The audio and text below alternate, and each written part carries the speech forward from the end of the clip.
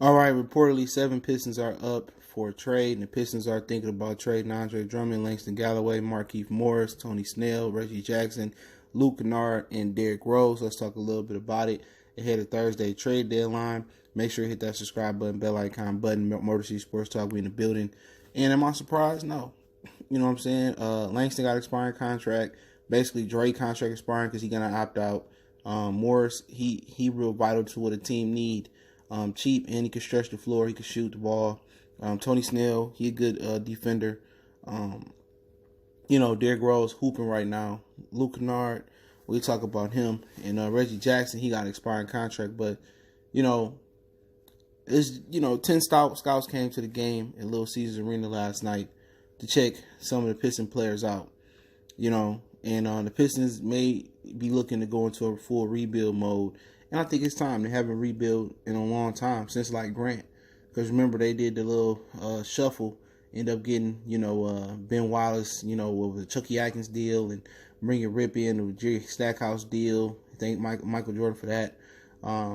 Eventually getting Chauncey. And, they recreated that storm. They created that storm.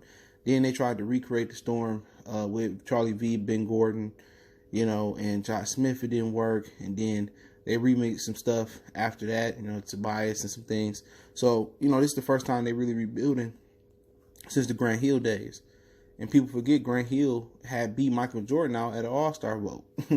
Grant Hill really wasted some time here with them not able to put winners around him. But that's another story for another day. But looking at this team, people say, well, why would you trade Derrick Rose? All right? He playing so good right now. Well, you learned from your mistake last year.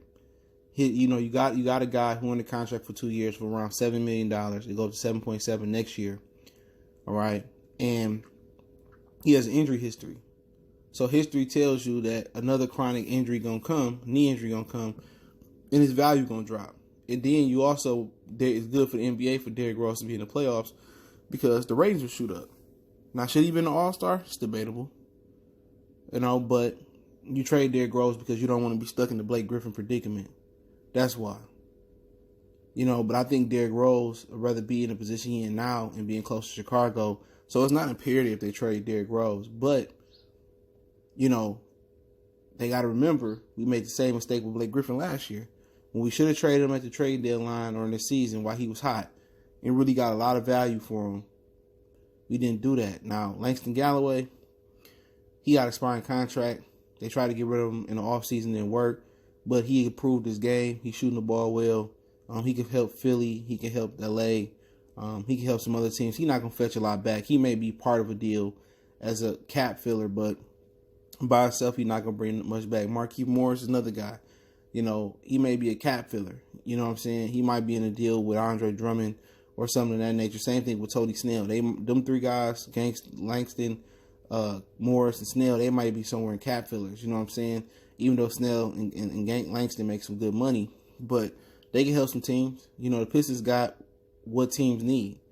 They got shooters. You know what I'm saying? They one of the better 3-point shooting teams in the NBA. Especially at some point this season. So they got shot creators and they got shooters. So, am I opposed to trading any of those three? No. I just think if you're gonna start over, you're gonna start over. But they do need some veterans on this team. If you're going to bring young guys in, young assets in, draft picks in, you need veterans. And I guess Blake Griffin's still there, as the big OG in the locker room, and he can help the guys get together. But you need guys there for Bruce Brown, Sayoko, Christian Woods, Don Maker. If you decide to keep some of those guys, you need OGs in the locker room. So you can't get rid of all your OGs. You know what I'm saying? Because OGs are like, the older players, they like, sunlight and water, for plants. They teach these guys how to, make it through the league. They show them how, to prepare, how to deal with the free time, how to deal, take care of their bodies, advice on the road. So your veteran players can reach players the way coaches can't. So people got to understand that as well too. Now kind of to the tough ones real quick. Reggie Jackson, he been looking solid lately, so maybe a team will take a flyer on him. You only committed to him for 1 year. Maybe he can help a team out, but he won't fetch much back. You know what I'm saying? He won't fetch much back. $18 million this year. Seemed to physically look good, move good, agile. He could shoot the ball. You know, he's been in a 6-man role before. So could he give a Philly a boost? Could he give a Boston a boost? You know, and people fall in love with Reggie Jackson's size and strength as a Detroit point guard. You know, that's why Detroit Stan Van Gundy gave him that money, because how long he is, how strong, you know, and he got a lot of potential. You know, and I think it's dwindling with his health and, you know, not really knowing how to play the game the right way. But Reggie Jackson got some type of value because he's healthy now. You know, he had that good game back, so maybe somebody might take a flyer on Reggie Jackson, but I wouldn't expect him to be moved. Luke Kennard, in the MLive article I was reading, and I'll link in the description, they said basically the Pistons don't want to pay Luke Kennard, and because he got a long-term contract deal coming out. He got an option next year for $5.2 million for 2020-2021 season. And then with him as well, he got the knee injuries. So they don't want to commit to him, kind of like the same thing with Caldwell Pope.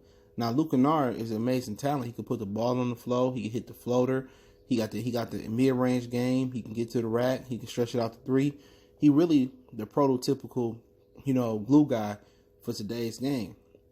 But if you're looking to cash into big money, you know, trade him while he got value if you're not willing to pay him or you don't think he's going to be healthy. You know, he hasn't been healthy in long stretches. He improved his aggression this year, you know, with Reggie Jackson being out. It seemed like Derrick Rose was one of the best things that happened to him and teach him how to be more aggressive. But, you know, for him, you know, if you trade him, you trade him. You know, if you don't want to pay him, you don't think he's going to stay healthy. He ain't been healthy since he's been here for a long stretch. You know, and you just, you know, admit you're wrong. You should have took Donovan Mitchell. You didn't. You move on from it. Donovan Mitchell All-Star this year. He probably should have been one last year if he wasn't. He hooping. But, hey, it ain't the first time. You know, we took Devin Booker. We took Stanley Johnson over Devin Booker. We took some other guys. You know, Caldwell Pope over Giannis and I think Rudy Gobert. And, you know, it happens. But, yeah, I don't think Luke Kennard is going to be healthy in his career. I think Luke Kennard going to be eventually like a Chandler Parsons. He going to have a good stretch, and then he just going to get injured. His body breaking down. Some people's body ain't meant to play 82 games a season. Their durability, a lot of that got to do with genetics and how they take care of their body in the offseason, but I don't mean the Chandler Parsons accident. I mean before that. But Andre Drummond, you know, still no movement on him. It talks about him being a quitter. He addressed that to the media the other night. Said, I've never been a quitter. I finished what I start. And I think a lot of teams shying away from trading for Andre Drummond, not because it's no security beyond 2020 for him. I think it's, you know, mental. You know, they said bad habits. They said he a quitter. They saying that he don't have a playoff experience, even though he been there a couple times, I believe.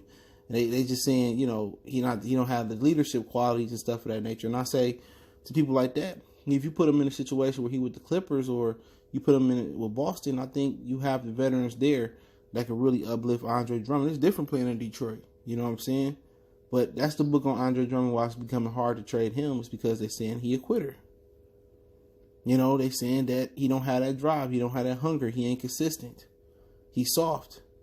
You know, but a lot of the times you only as good as your teammates around you. When you put them in a good organization where they winning, I think you get the best out of Andre Drummond. I think it's hard going out there every night knowing that you ain't got an opportunity to make the playoffs. You don't have an opportunity to be in a championship position. You know, so I think a lot of times Andre Drummond just coast. You know, I think he need to be in a situation where he going to win. And if you put him in a winning situation, I guarantee you with winning players, I guarantee you're going to get the best trade. You know what I'm saying? And it's going to probably be the best trade that you make. It's just the Pistons don't have the players around him. They never got the point guard that make the game easier for Andre Drummond. He is a dependent position, and that's okay. But these are the 7 Pistons that could be traded by the trade deadline. So let me know what you guys think. Motor City Sports Talk. Don't forget me on Facebook, Instagram, Twitter. Reach out to the email if you have a business question, inquiry, sponsorship, video request. Keep sharing the videos. Want to make a donation to the channel? That link's in the description. Best way to donate is share the video. And don't forget to check another channel out for more sports, music, news, and entertainment at Goodfellas Sports TV. That's at Goodfellas Sports TV. Want to make a donation? The information in the description. Best way to donate is share the video. And let me know what you guys think about them potentially trading these 7 guys. And I'll link the MLive article in the description so you can read it for yourself. One time for the one time. We gone.